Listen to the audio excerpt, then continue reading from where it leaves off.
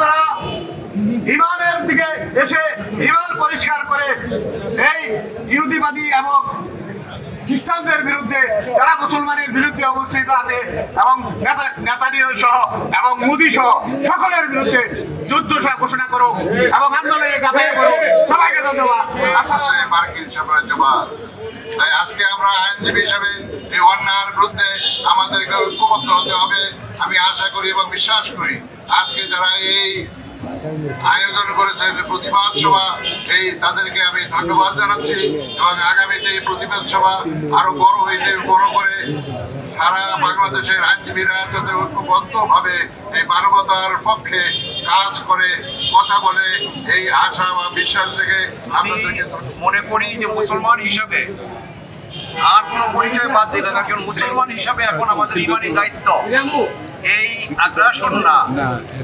ট্রাম্পের যে প্রশাসন আজকে আমেরিকার তার যে মুরব্বিয়ানা এবং এই মুরব্বিয়ানার সে দেখাতে গিয়ে একটার পর একটা মুসলমানদের উপরে তার যে আঘাত এবং সর্বশেষ যেটা করলো ইমাম খামেনিকে হত্যা করার মধ্য দিয়ে যেই ঘটনা ঘটেছে, এটা এই নিন্দা জানানোর ভাষা আমার নেই।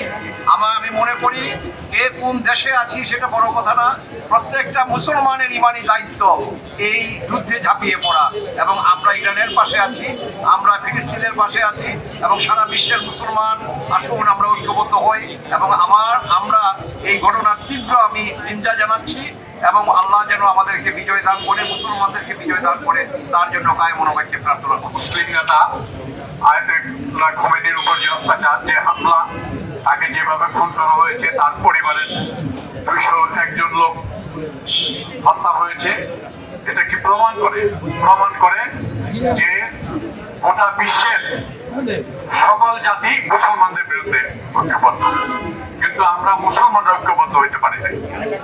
আমি আজকের আয়োজকদের অনুরোধ করব যে আসুন আমরা এই বাংলাদেশ থেকে একটা পজিটিভ প্রোগ্রাম গ্রহণ করি, যাতে পৃথিবীতে বুকে নানা জাগে যে মুসলমানদের ঐক্যবদ্ধ হওয়া দরকার।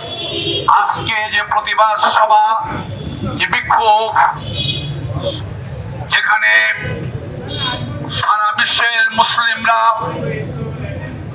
রমজানে ব্যস্ত, সেই সময় কাফের ও বেঈমানদের সর্দার ডোনাল্ড ট্রাম্প, জায়নবাদী ইসরায়েলের সর্দার নেতানিয়াহু যোগ সাজতে ইরানে হামলা করেছে।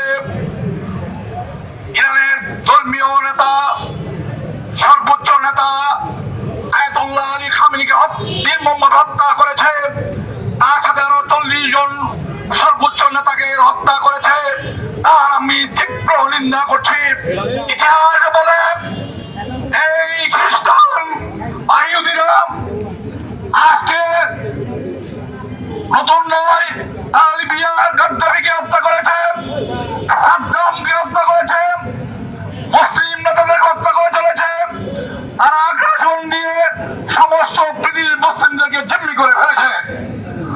আজকে আমরা ইরানের পক্ষে, মুসলিম বিশ্বের পক্ষে আজকে আইনজীবীরা আজকে দাঁড়িয়েছে। আমরা নেতানিয়াহুকে এবং আমাদের ডোনাল্ড ট্রাম্পকে উচ্চারণ করতে চাই, আমরা এদেশের মুসলমানরা এবং সমগ্র বিশ্বের মুসলিমরা আজকে সোচ্চার। আপনি যে কর্মকাণ্ড করেছেন, যে আগ্রাসী করেছেন, যে হত্যাযজ্ঞ চালিয়েছেন, আপনি বন্ধ করুন। আপনি এবং আমাদের মুসলমানদের স্বাধিকার রক্ষার জন্য যে আমরা সেই স্বাধিকারের পক্ষে, আপনি যদি বিপক্ষে আজকে যে হত্যাযজ্ঞ চালিয়েছেন ইরান জুড়ে এবং সমস্ত পৃথিবীতেই প্যালেস্টাইনের উপর যে হত্যাযজ্ঞ চালিয়েছেন, সেই জন্য আপনাদের সমুচিত জবাব আমরা দিতে চাই।